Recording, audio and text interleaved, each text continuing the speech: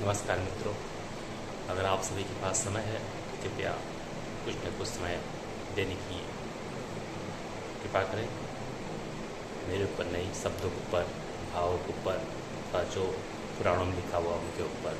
आइए बिना समय व्यतीत किए हुए शुरू करते हैं। महाभारत युद्ध में 25 शावकों का जन्म। मार्कंडेय जी ने जैमिनी ऋषि से 25 के शावकों बच्चों के जन्म के विषय में वर्णन करते हुए कहा कि अरिष्टनेमि के पुत्र, पक्षीराज गरुड़ के पुत्र, संपाति के महाशक्तिशाली एवं वायु के समान तीव्र वेग वाला पुत्र, सुपार्श्व का पुत्र, कुंती का पुत्र, प्रलोभ के 2 पुत्र कंक और कंधर हुए हैं। एक बार कंक कैलाश पर्वत पर गया।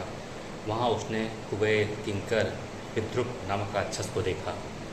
वह राक्षस सुंदर माला व सुंदर वस्त्रभूषण धारण किए हुए एक विशाल स्वच्छ शिला पर बैठा था और अपनी पत्नी और पत्नी को बगल में बैठाकर शराब पी रहा था। राक्षस ने कंक को देख लिया, क्रोध करके बोला, अरे नीच पक्षी, तू देख नहीं रहा मैं अपनी पत्नी के साथ यहाँ अकेले बैठा हूँ। इस समय तुझे यहाँ आने की हिम्मत कैसे हुई? कंक पक्षी बोला, इस पर्वत पर जिस प्रकार तुम्हारा अधिकार है उसी प्रकार सभी अन्य जीवों का भी समान अधिकार है। तुम्हें इस पर्वत से इतना गहरा प्रेम क्यों है? बस कंक का इतना कहना ही था कि विद्रुप राक्षस ने कंक का सिर काट डाला। कंधर नामक पक्षी अपने भाई कंक की मृत्यु से अत्यंत दुखी हुआ। कंधर ने कैलाश जाकर अपने भाई कंक की अंत्येष्टि की और क्रोध में भरकर दीर्घ श्वास लेने लगा। कंधर पक्षी क्रोधावेश में विद्रुप राक्षस के पास पहुंचा। वह राक्षस सर्वासन पर बैठकर शराब पीने मस्त था। उसका मुख सिंदूरिया लाल था तथा आंखें रक्तिम वर्ण की थी। शरीर पर चंदन आदि सुगंधित द्रव्यों का लेप था। उसके पास में कोकिल कंठी सर्वांग सुंदरी मदनिका नाम की पत्नी बैठी थी। कंधर ने अपने भाई कंक के हत्यारे विद्रुप को धिक्कारते हुए अपने साथ युद्ध करने के लिए ललकारा। राक्षस भी कंधर को जान से मार देने की धमकी देते हुए हाथ में कृपाण लेकर युद्ध के लिए चला। कंधर व राक्षस में भयंकर युद्ध छिड़ गया।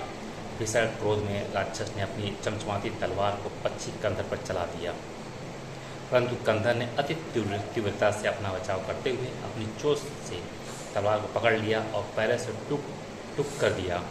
अब दोनों में मल्ल युद्ध आरंभ हो गया या प्रारंभ हो गया। युद्ध में कंधर ने राक्षस को परास्त कर यमलोक पहुंचा दिया। राक्षस की पत्नी मदनिका ने कंधर को अपना पति बना लिया। कंधर उसे लेकर अपने घर आ गया। मदनिका स्वेच्छा से बहुवेश धारणी मेनका की पुत्री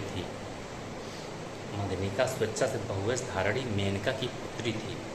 जो स्वयं भी इच्छानुसार रूप धारण करने में समर्थ थी।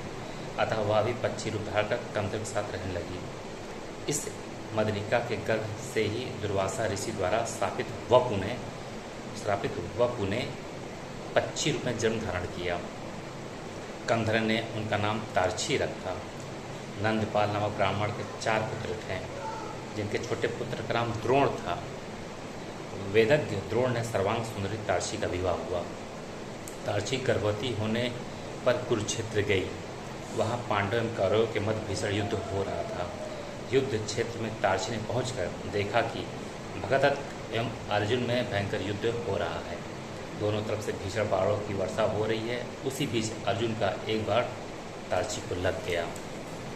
तभी तारछी के गर्भ से सुंदर धवल वर्ण के 4 अंडे पृथ्वी पर गिर पड़े और ठीक उसी समय भगदत्त के हाथी सुप्रतीक के गले से घंटा बाण द्वारा कटकर जमीन पर गिर पड़ा। देव वसात वह घंटा गिरा तो अंडे पर ही, परंतु सौभाग्यवश वह अंडे को न तोड़कर ऐसे गिरा कि उसने अंडों को ढक्कन की तरह ढक लिया। भगदत्त मारा गया। फिर कौरव पांडवों का भीषण युद्ध चलता रहा। युद्ध समाप्त होने के बाद धर्मराज युधिष्ठिर भीष्म के पास धर्मोपदेश सुनने गए।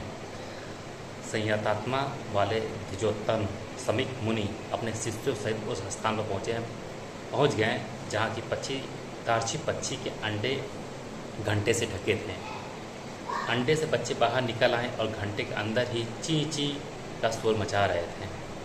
समीक मुनि ने पक्षी के बच्चों की आवाज़ को सुना। घंटा उठाया तो उन्होंने माता पिता सहित व पंखहीन बच्चों को देखा। वे अपने साथी ब्राह्मणों से विस्मित होकर बोले, हे ब्राह्मणों, देखो प्रभु कैसी लीला है। इस भयानक युद्ध के मध्य भी ये बच्चे सुरक्षित रह गए।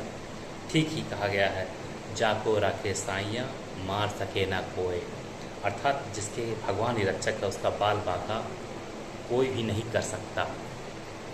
किसी भी प्राणी का जीवन मरण हरी इच्छा पर निर्भर है, तभी तो यह पक्षी के बच्चे भीषण युद्ध के समय हाथी घोड़ों व रथों द्वारा रौंदे जाने से भी सुरक्षित रह गए।